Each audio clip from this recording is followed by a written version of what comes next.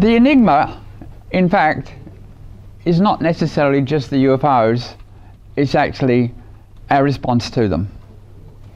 And that last sighting you heard, you know, and that's rather typical. Until it actually happens to you, it's out there, and everyone that says they had a report, they're nutters, right? But when it happens to you, it's something completely different.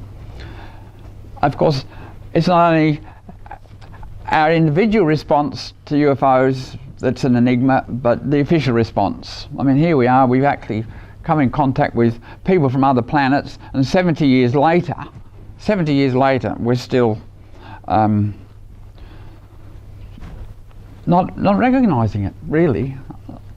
I mean, a guy kicked a ball a few days ago between two sticks, right? I think it was in England or something, and I mean, within 70 minutes, everyone on the planet knew about it.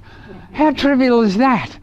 And 70 years ago, a UFO crashed in Australia, in America, and they've been all around the world, and it's still, she loves me not. I mean, it's ridiculous. Such a serious event. We watch science fiction movies that portray these events, and they've actually happened, and no one seems to know about it. Well, I'm here tonight courtesy of this organisation. One of the images I was going to show you was an original UFO report by the English RAF, okay, in 1952. It's an early report, typical of the time, when the UFO fell like a falling leaf. The falling leaf phenomenon, it was quite typical in all those years ago. In other words, the UFO would just sort of go like that, like a sycamore leaf. Now, of course, obviously, we don't have any planes or anything that can do that. And whereas there were a lot of reports like that for a few years, I have a funny feeling that that was just one pilot. He sort of said, I'll show them, you know, I'll show them what we can do and you can't do it. So that completely differentiated them from us. So I think this guy was a special pilot that was probably sent down here for a while, and that was what he did. Now, the other thing you need to appreciate about UFOs and their performance is that from here to London in a UFO is a couple of minutes, if that. It would actually take you longer to get in and shut the door than it would to actually travel there.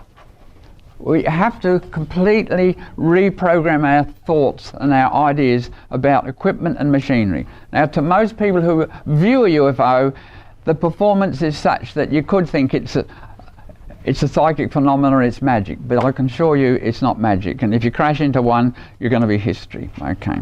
This is one of the best sighting reports in Australia, and I say that because that was in June 1959, when in fact New Guinea was part of Australia. And so the Australian Air Force went up and interviewed Father Gill and his 38 witnesses who, on the ground, right, saw the UFO with 4 people standing on it, and the 4 people on the ship waved and the people on the ground waved, and they sent someone inside to get a torch, and they moved the torch like this, and the whole ship moved backwards and forwards in acknowledgement. Okay, now you can't get much better than that. They weren't bug-eyed monsters, they looked just like human beings. Okay, now the RAF pathetic explanation was that what they were looking at was a mirage. Okay, now this mirage was there for several days, and sometimes it was parked there for several hours, and in fact, because it was a mission station, they went indoors and they said their prayers as they did every night, and when they came out it was still there. I mean, how could we be so ho-hum about a UFO and do that? But they did, that was what they did. So that was New Guinea. Down in Tasmania, another Church of England minister, not with 38 witnesses, but at least with his wife, saw in the daytime a mothership accompanied by scout ships, in other words a cigar shape with discs. It was in a storm cloud, obviously thought that it was well and truly hidden, except it temporarily missed the storm cloud and was in view, and they looked at it through the church windows, would you believe, actually. There were several other reports in the area at the time, but that was the main one. So the Air Force went there, the Australian Air Force, and their contemptible explanation was that they were clouds. The Wandjina, a drawing from past history, of which there are many in Australia, shows in fact that Australian Aborigines for thousands of years have been better observers than the Australian Air Force. But when you see images of the sizes of planets in our solar system and the relative sizes of our sun compared with the huge giants that are out there, remember that they're fitted on the page so that you can appreciate those sizes. But the reality is the distance between them is absolutely unbelievable. In other words, if you had a planet the size of an orange in our solar system and you wanted to put the neighbour, Venus, right, it would be somewhere in Western Australia. So that'll give you an idea of proportion of sizes. It's pretty big out there. And for that very reason, it's been very difficult for most people to comprehend the ability to travel those distances. But we know that UFOs are here, and just because we can't do it, and more especially because we don't know how it's done, it doesn't give us the right to deny it. Our telescopes up until recently had to project themselves through a deep, dirty atmosphere which gave them enormous distortions. But now, of course, we've got the Hubble telescope drifting out there, and recently they focused the Hubble telescope on a part of the sky that was totally black. In other words, there was nothing obvious there. And after 2 days, when they examined the films, they recorded 600 billion galaxies. Right? Now, it was focused out on the equivalent of a pinhead held at arm's length. So a pinhead at arm's length in the darkest point of the sky would give you that much. There's no beginning and no end. And of course, if you have trouble getting your head around the fact that there's no end out there, it also applies to time. There's no beginning and no end. And it also is inner space. So if I cut this book in half, it doesn't matter how many times I cut it in half, I'm always going to have half left. You can't get your head around that, so don't try. And the concept of the Big Bang, as far as I'm concerned, is a lot of nonsense. It's just a finite mind trying to come to grips with the infinite, and we can't. Look, that's just home, and it's lovely to see a picture of home, isn't it? And isn't it a tragedy that we don't take care of it better? It really is an indictment on all of us in every respect, all through history, that one of the most beautiful planets in our solar system is being contaminated by human beings. There is some evidence that there's activity on the moon, and it's not to do with their own space program. There's a book actually to that effect. Someone else is on our moon. You can see there's a track running along here, and there's a building. You can see by the shadow, it's pretty big, and everything points to the fact that whatever is making that track is moving, probably mining. There it is again, a bit closer. You can see it's a tall building by the shadow, okay, and something's been happening along here. These are blown up photographs of the moon, but it looks pretty suspicious, all those straight lines. There may be a settlement there. This is the Chinese, who are very interested in going to the moon. This is their recent efforts with the Jade Rabbit. It didn't last very long. In fact, it was sent up there this year, I think it was, on the 14th lunar night, about a month on the moon. It was unable to move. It ran out of ergs, right? Now, why are the Chinese interested in the moon? Because they want to mine helium-3. And it's actually been on the radio recently, those of you who follow it. There's enormous amounts of helium-3 apparently on the moon, and helium-3, which is very rare and very expensive on Earth, can be used to power thermonuclear power stations. As you know, thermonuclear means there's no radiation. So the Chinese are really interested. Now, most of the time all we hear about is our space program, our being the Americans. But of course, we've now got the Indians, the Chinese, the Russians, the European space program. There's a lot of people up there. But if you're stuck with our media, you probably wouldn't hear about it very much. In fact, I think it was the Indians who reported that there was water on the moon and on Mars, And of course then NASA had to admit, oh yes, well we knew that all the time. Okay, yes, exactly. Did we land on the moon? Well, I think we did. But I think a lot of the photographs were touched up, and I think that's given a lot of people really good excuses to say that we didn't land on the moon, but I think they did. But we didn't go back to the moon. And I have a funny feeling that we weren't welcome. Yep. Now, this is an interesting photograph. This is the first photographs that came back from the Viking series in 1975. You notice the sky is scarcely blue, and Mars is depicted as being very red. Okay, these photographs were not accurate. The Viking lander, when it put its arms out, one of those arms had along it a colour-coded rainbow, so that the camera on top of it could then be adjusted back here on Earth to get the colour correct. They didn't want to do that because it looked too habitable, okay? So they wanted Mars to look like the red planet, an uninhabitable spot with the bad coloured sky. Lots of scientists at the time knew that it was a fiddled picture, because you can't have sky any colour on any planet except it's got to be blue, okay? Now these are the more recent photographs taken by Curiosity. You know, you feel like you could go and have a picnic there. It might be a bit hot and dry, but it looks better than the other lot, doesn't it? Okay, so they're more realistic photographs taken by Curiosity. Now this is interesting because it actually shows you frost. I mean, you can't have really frost unless there's water. Moisture, yes, exactly. So very slowly they're sort of admitting that maybe these places are a little more habitable than they originally told us.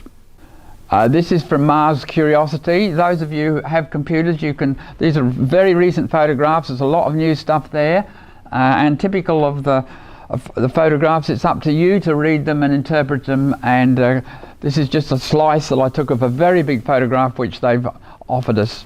It's cost millions and millions of dollars to get these photographs, so it's a pity that more people aren't actually watching them.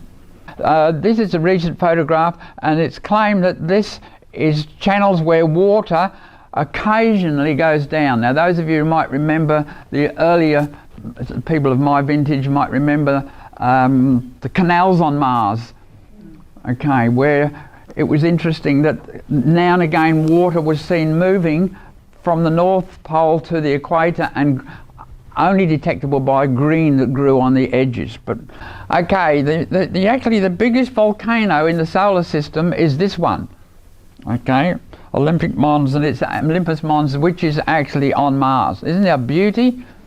And that's looking down on it, okay. These are recent photographs of Pluto. Now it's really, really interesting because according to conventional science, if you were on the planet Pluto, when you went to look at the sun, it's so far away that it wouldn't be any brighter than a star. So how come they took these photographs of Pluto? Did they have a really good flash camera? You know, like an atom bomb or something? I mean, it raises lots of questions. How did they take these photographs? Well, I've always subscribed to the theory, not mine, I'm not that clever, but that in fact light and heat don't come from the sun.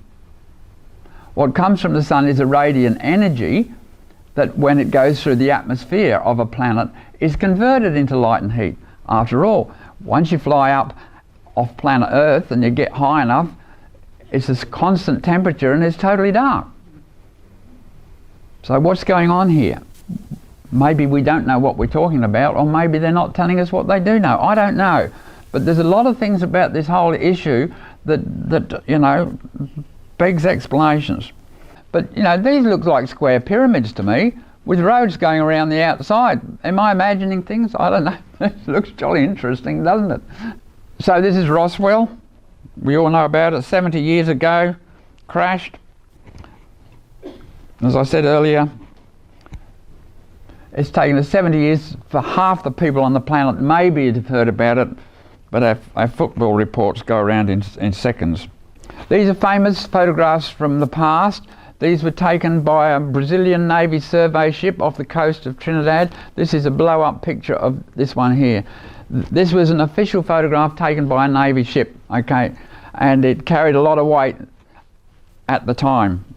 These photographs were taken in Switzerland. This is actually snow in the foreground, and this is the ship here with a bit of a tower here and a whip aerial, which is unusual. And this guy has got a cable running here. The original photographs are much sharper than this, and he's got an aerial. I mean, if I was in the snow, I'd probably have that many clothes on too. Now, when Munguzzi and his wife took a whole series of photographs, I've only shown you a couple here, he insisted that this is what happened, to the point where he lost his job. But he was not ever going to back down that these photographs were anything except genuine photographs. And there's the specifications, the camera he used, and the time that they were taken. So say, in those days we didn't have much colour photography. This is it leaving. I always used to imagine that it was arriving, but he arrived on the scene, and the UFO flew away. It angled its way through the mountains, and off it went. There were several photographs. Now this photograph's interesting in as much as, see, there's a blurring. So the UFO must have jumped as they can. They can go from one spot to another spot, and our eye will detect it as actually being here. And people would often say it dematerialized and then rematerialized, but the cameras proved otherwise. The cameras have shown that they just can move like that, almost instantaneous. And this is a real classic one that actually proves that point as far as I'm concerned. And I always felt that this photograph was a major breakthrough in our understanding of UFOs. It was taken by this camera at that time, 1953. The guy said his eye showed it as being here and then being there, but the camera showed it did actually accelerate and then decelerate. So that's the sorts of thing that UFO can do. To say they're flying saucers is not true, in as much as aerodynamics does not enter into this whatsoever. It's not a factor at all. Okay, Major Hans Petersen, Denmark, Danish Air Force, showing a map of all the sightings. I mean, we had lots of sightings in those days, all the sightings on the map. He actually was an exchange guy, Air Force, and he went over to America on an air base over there. He believed that there was a UFO, a crashed UFO that was parked in a hangar, and from the control tower where he was working, he constantly looked in that direction. And one day his vigilance was rewarded, because not only were the hangar doors open, but the big curtain that was supposed to hide it blew to one side, and he could see a genuine UFO, crashed one, parked in the hangar. Backtrack a little bit. In 1957, Gordon Jamieson, Roy Russell and Stan Sears saw a UFO in daytime. In those days, of course, if you had a telephone in the house, you were lucky. Most people went to a public phone if they wanted to make a phone call, and that's how they all came to be together. They all wanted to make a phone call. They were queuing up outside the phone box when they saw this UFO in a daytime. Actually, it was actually sighted all the way from Townsville right down to Newcastle. And so they decided that they'd join this group. They'd come along. They knew this group existed, so they came along. Coming on 2 occasions, the third night that they came, they said, look, if it doesn't smarten up, we're not coming back. And that night was like tonight. It was election of officers, and guess what? The 3 of them got elected on committee. Their policy and philosophy was 50% science and 50% philosophy, but just keep it so that the people at the top would accept it. Okay, they don't want spooks. And one of the first decisions they made, they'd heard about Adamski, and they said, well, let's invite Adamski to give a tour in Australia. We'll pay his fares to come out. They knew he didn't have any money, contrary to what most people might have tried to say that he made money out of it. Adamski didn't have any money at all. He was a really strange guy. He wasn't totally non-materialistic. I think they had to buy him a pair of shoes or something. He had nothing. Anyway, he came to Australia, but that tour finished up being a world tour, okay? So he went to New Zealand and all different places around the world. Adamski gave a talk. And he gave a talk in the Brisbane City Hall on my birthday, on my 21st birthday. I was there, and that's how I became a member of this group, okay, because that made my connection. Now, I really, really wish that I had the films and the photos that he displayed on that night. He had a movie of an American bomber with a UFO right close to it. It filled the whole screen, okay, and it was a movie. But all of that stuff all got lost in a fire. So we're just stuck with a few bits and pieces, unfortunately. And unfortunately, as good as the evening was, the students from the university decided to clown around, and they were throwing paper plates from the balcony. But you know, George Adamski dealt with them pretty well. He invited them up on the stage, and they brought an umbrella around and collected some money for somebody or other or something. So he was pretty good at dealing with them. He wasn't a good speaker because he was of Polish extraction and spoke with a very thick accent, okay.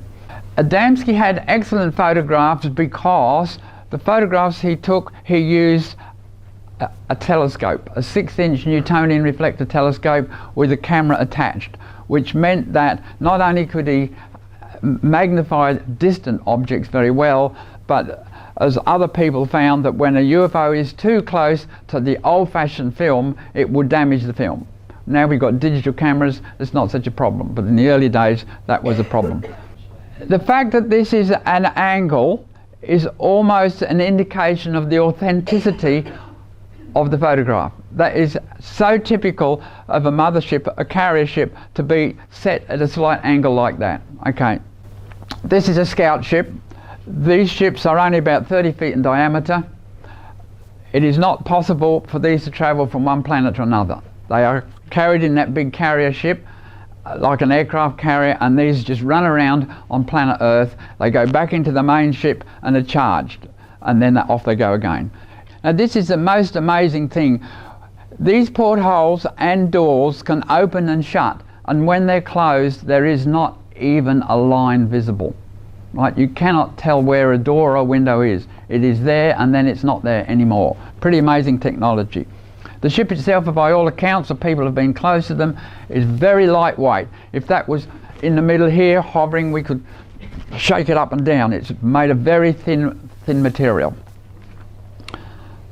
The ships don't carry any markings because the force field around the ship means that they're always shiny. Even dust won't stick to them. Nothing will stick on the outside of a ship. So if you see someone with a painting on the outside, you know it's fake because they are totally unmarked.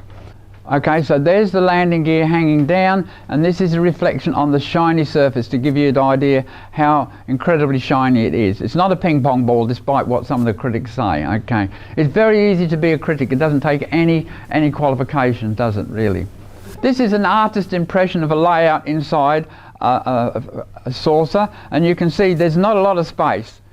They essentially run about. There's no toilet facilities, no comforts, okay? If you want to go to the loo, you duck back home or you make a quick landing.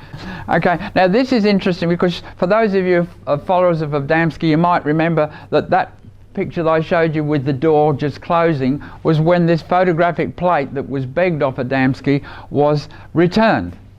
Okay, and when it was returned with this scribbling on and this picture here. Now I'm very disappointed because it hasn't come up the way I originally saw it at the City Hall. When you turn it on the side, this in here is a really interesting photograph. It's disappointing, and you've got to take my word for it, but the original photograph showed this here is the tip of a mothership. There's a big scout ship here. There's thousands of people in the foreground, and that's supposed to be a UFO landing port on the planet Venus. Now I can only tell you what the explanation is, but I'll tell you what, I really wish I had the original photograph to show you, but I don't. Now when that photographic plate was returned, this man, unrelated to Adamski, but nearby on Mount Palomar where Adamski lived, he took this photograph. So this substantiates the photographs of Adamski, not taken by him at all, but taken with a camera like that. Now this is the exception. These two boys, the other side of the planet in England, Stephen Derbyshire had just been given a camera, and him and his cousin went out that morning to use it, to take some pictures. They were only school kids, and that was the picture they took over Lake Coniston. So he took a photograph, but unfortunately he had it on the setting for portraits. So that's why it's blurry. It does show that the two were taking the same photograph. So there's an Adamski ship, you project it and you get that. There's Stephen Darbish's picture, you project it and you get that. So they, even though they were thousands of miles apart, totally unknown to one another, they were actually photographing one and the same machine. Now this lady still lives in Brisbane, and that's yours truly. May's claim to fame is she took George Adamski to see the Pope. Okay, and she's still alive to prove that happened. Okay, Pope John the 23rd, who was very interested in UFOs, and Adamski visited him and gave him some information that was presumably was supposed to be given to Adamski by the space people to pass on to the Pope. And Adamski, when he came out later on, he sort of said, look, the Pope gave me these medals, and everyone said, oh, ha, ha, well, you know, he didn't give you anything. But, I mean, they did. I mean, they probably weren't made of gold, they were just gold plated. But anyway, he was one of the first to get a recognition by the Pope. And of course, UFOs were such a big thing in those days that they even put out postage stamps to commemorate UFOs, okay? We're going backwards, methinks, don't you? More postage stamps with UFOs. That mimics the photograph Adamski took through his telescope of UFOs between us and the moon. In Japan, Adamski was big news. He was very famous, and even today the Japanese are great followers of the whole UFO bit. And in fact, the previous Prime Minister in the last couple of years, he made positive statements that he believed in UFOs, and of course his enemies thought, well, this is the end of this guy, he's really blown it, he's not going to get a following at all. I'll tell you what, his credibility rating went almost off the Richter scale because the people were very supportive of his comments. Now, a bit closer to home, and UFO Research Queensland was seriously involved in this event, okay? If you look very carefully, you can see a man here. That'll give you an idea of the size of this, we called it the nest, okay?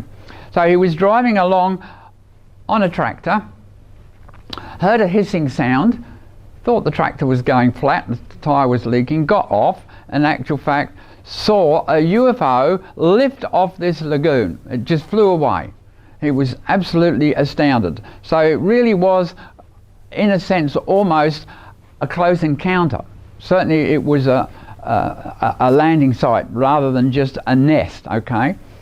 Now, at that stage, all that was visible in the lagoon was a swirling mass of water. The rushes were not visible because they'd obviously been torn out by the roots, swirled around into that pattern, but they were now submerged. Of course, it worried the hell out of him, and a few hours later he came back and had another look, and by now that's what had emerged, the nest. So he contacted us, and Stan Sears and a few members went up at the time, and that was the time when we had, and I think the Bureau still owns it, a gun camera that is part of an aircraft, and it was we set it up on lagoon with the UFO detector. Well, you can ask me questions about those if you want to build one. It's not that complicated. And we set it up on the lagoon, hoping that we might get a photograph if it came back. And it did. And the camera went off. And the film was sent to Kodak to be developed. And we took it, it went to the post office. It was weighed, and appropriate stamps were put on it according to the weight. It never arrived. They said no, it was an empty packet. We never ever saw it. Never ever saw it. We don't know what was in it, but we do know that that movie went off. Okay. So we took samples of these reeds and sent them down to Queensland University to R.N. Langdon, reader in botany at Queensland University. And he said, well, he didn't believe in UFOs anyway, which wasn't much of a help.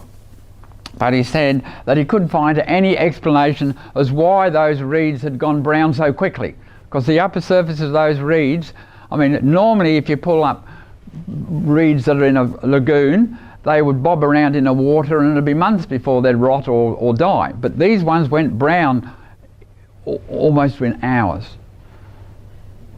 It took me years and years and years to work out probably what the explanation was, and the explanation came from a couple of, well, 3 or 4 hoony guys who were driving a car somewhere in England late at night, and they were hooning down this dead-end road, and when they got to the end there was a big lake of water, and there's a UFO floating on it, glowing, you know. Anyway, they did a screaming Huey and raced away, right? And after a while they got brave enough to come back and have another look.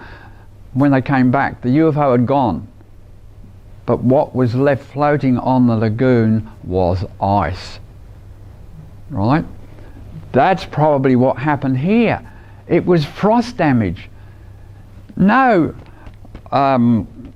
botanist in his right mind would expect to find frost damage in far north Queensland, right? But that's what probably happened, supported by the fact that there are reports of one of the crashed UFOs that the door was open, and even from quite a fair distance freezing air was pouring out of it. So obviously these ships have the ability to make a lot of cold. For what reason, who knows? But anyway, that's my explanation. It was probably frost damage. We did have a few serious researchers, and this was one of them. He actually came to Brisbane. This organisation sponsored him to come, and he gave a talk. Okay, Professor McDonald, he gave a talk in Brisbane, sponsored by this group. He was a serious researcher. He actually gave a talk to the United Nations Outer Space Affairs Group. His credibility, however, made him a lot of enemies. Like, you know, yours truly is a non-entity. I can talk till the cows come about UFOs and no one was going to worry. But if you have the credibility of this man who specialises in atmospherics, right, well, you find yourself under attack, and he was. And he was under attack for another reason. Namely, you might remember, there was a big proposal to build a super high-speed aircraft, the Boeing 2702, the SST, high-speed aircraft, and McDonald reckoned that it was going to do a lot of damage to the ozone layer. We hadn't even heard of the ozone layer back in those days, but that was his specialty, and he worked really hard, and he was really probably the main person responsible for the cancellation of this multi-million project to build super speed aircraft. So he did come to a sad end. Officially, he was supposed to have committed suicide. Those of you who go on the internet, you can look it up, you'll see an interview, a recent interview with his wife, who said that that it wasn't suicide. He didn't commit suicide, but it was a suspicious death. Now here's a very interesting guy. He's always fascinated me, actually. You might remember that he started life off as a 5-star general before he was President of the United States of America, and he was a hawk. Blood was what he dealt with. And yet he finished up as a dove. He was against war. In fact, he did everything he could to stop the dropping of the 2 bombs on Nagasaki and Hiroshima. He was against that right from the beginning. Now in his farewell speech, and it brings a lump in my throat when I read it to you, because I think this is such a significant thing, still, especially today, okay? In his farewell speech, and I'll read it to you, ... In the councils of government, we must guard against the acquisition of unwarranted influence, whether sought or unsought, by the military-industrial complex. The potential for the disastrous rise of misplaced power exists and will persist. We must never let the weight of this combination endanger our liberties or our democratic processes.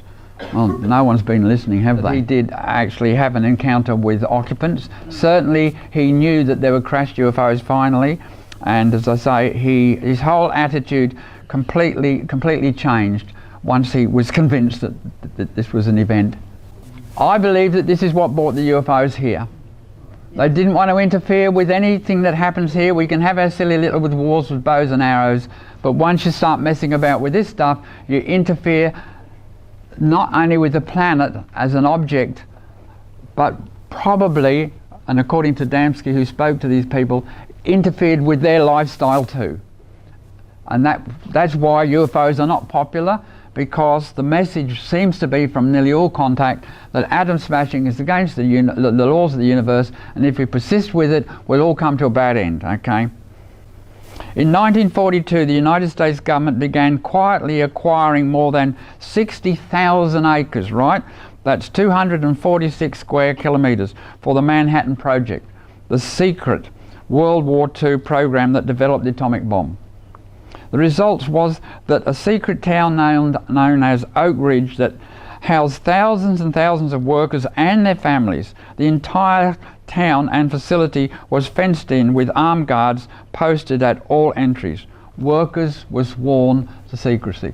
If you really want to prove to people that you can have a cover-up, just quote them the Oak Ridge, okay?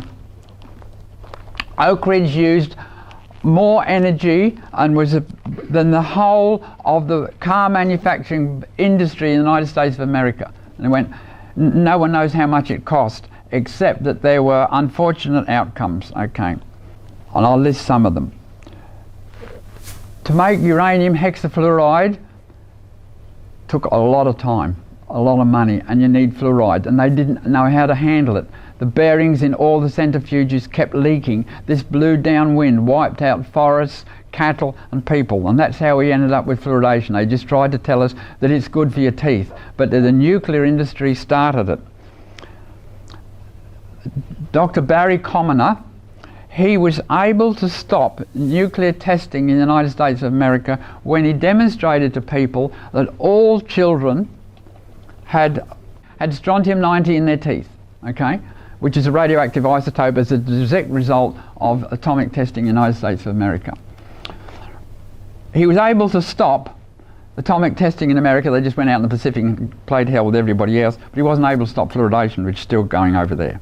Now we come to animal mutilation cases, which are very significant.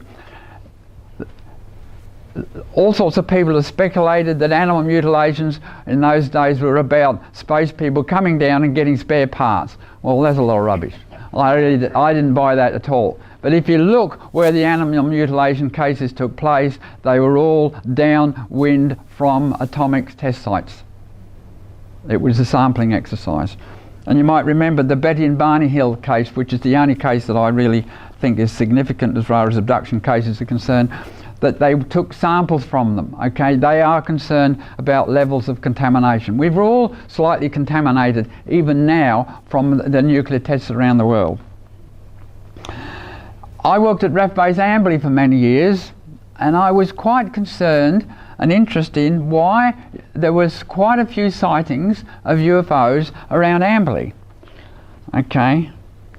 And it was, once again, it was years before my slow mind clicked as what was probably happening. Namely, that when we had the atomic tests in Montebello in Western Australia, I found out that the Australian Air Force flew missions through the radioactive clouds taking samples.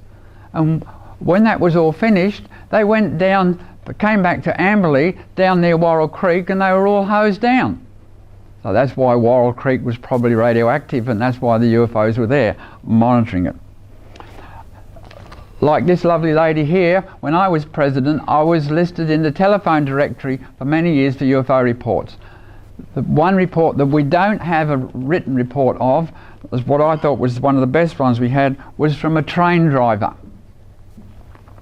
And he rang me up to tell me that he was driving a train, a freight train, up the north coast towards Umundi, and this UFO came down not only over the top of the train but out in front of the train, and the train was a diesel electric with a big single light on the front, and he said the light was shining on the underneath surface of the UFO. He said it was huge. He said the two of us, my mate and I, we walked around the little walkway around the outside, and he said we were standing there, using his own words, sunbaking the roof of our mouth. I just could not believe what they were looking at. It was so huge, and the freight train was making its own way up this gentle slope, and eventually it came to a cutting, and they thought, oh well, the UFO's not going to fit through the cutting. You know what?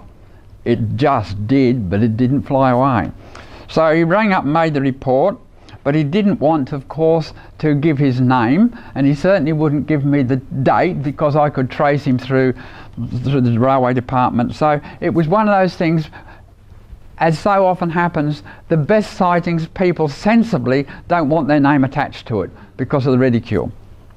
I said, look, I really would appreciate it if you'd just scratch something out on a bit of paper and post it to me. I pleaded with him on the phone, and he was a nice guy, but he wasn't going to do it. However, about a year later, he rang me up again. I thought, oh good, I gotcha. But no, it was just to ask a question that his mate, who was now driving trains in the Northern Territory somewhere, had suddenly died, and did I think that was anything to do with the exposure to the UFO? And I said I didn't think so. And he wanted to know why the UFO would be interested in his train. And I said, do you ever haul yellow cake? He said, oh yeah, we often did. I said, do you have any yellow cake aboard that night? He said, well, I don't think so. He said, but we only know if there's yellow cake on the train if the students are demonstrating. And if they're not demonstrating because they don't know, then we don't know. You know, it's covered up. So that's what it's all about. Okay. The American Freedom of Information Act is more useful than ours. Okay. But the one that we have in Australia is a complete sop. You can't get anything out of it at all. Okay. But these guys, because they knew that UFOs had flown over nuclear installations, namely silos, okay, the American Navy scrambled up all their planes to chase the UFOs away because they didn't have a chance, did they? You can never catch a UFO, no matter how fast you fly. But what really worried the military, and the real reason for the writing of the book Clear Intent, was that after the UFOs had been there, all the missiles had to be reprogrammed. Now, it wasn't long after that there was, for a brief while, the Americans started expanding their nuclear arsenal. Because if you're a military man, your attitude is, well, if someone can blinking well turn these things off, maybe they can turn them on, right? I mean, I really don't think that would be the intention of the UFOs anyway. So I read Clear Intent. It's a well-documented event. Effects on the environment. UFOs interfere with TV, power station grids, ignition systems, compasses. We've got angel's hair. You familiar with angel's hair? Well, one of the best reports I had was angel's, acres and acres of it in New South Wales, from a report there. Images on film, radar, animal reactions, Geiger counters, marks on the ground, beams of light and loud noises. So if we're all blind, we'd know that UFOs have been here because of the effects on the environment. It's not much good for scientists because we don't have a repeatable experiment on demand. Laboratory people want exactly that. The UFOs come and go as they please. They don't come here to please us at all. Now, as you know, we did set up SETI, the search for extraterrestrial, using radar signals, but that was a complete waste of time, because if your neighbour had a fire in his house, you wouldn't send him an email or write him a letter. You'd yell and jump the fence, right? So why would you send a radio signal across space when you can travel faster than a radio signal? Doesn't make sense, does it? So looking for radio signals in outer space that might come from aliens is, as far as I'm concerned, a waste of time, and they did finally abandon it. So I think on all the design, on all the information sheets right near the door of every flying saucer, everywhere out in this corner of the cosmos, is a warning sign not to shut the door, but don't land on Earth because the natives are dangerous. It's official in America that it's okay to shoot an alien. Keep going, we'll just go rapidly through the pictures. Okay, there's some whistleblowers, you may recognise some of those names. Okay, these two guys are very interesting. They made comments about UFOs and the cover up at Pine Gap. You were familiar with this guy? Valentage, right, that was the sort of plane he flew. That's where he flew, up there. Came to grief, never found him. Why didn't they find him? Well, if you read all that guff, you'll find what he was doing. But the reason they didn't find him is because the Air Force was not listening to people that really knew, and that was fishermen. The local fishermen said anything that's in Bass Strait, if it sinks, it will not stay in Bass Strait. It'll finish up in New Zealand. It's shallow water, there's a big current, you'll never find his plane in Bass Strait. It's somewhere over in New Zealand. And that's a manifold photograph which was taken on the same day, a UFO coming up out of the sea. This is interesting. Tehran, during the incident of these aircraft, see what it says. They reported losing instrumentation and communications as they approached the UFO, okay? And in fact, they couldn't even operate their weapon system. Now that's what probably happened to Valentich, right? He got too close. We know he was interested in UFOs. He had a piston-driven aircraft with spark plugs, and he probably crashed, yeah. Everything died. And that's the end. Thank you very much.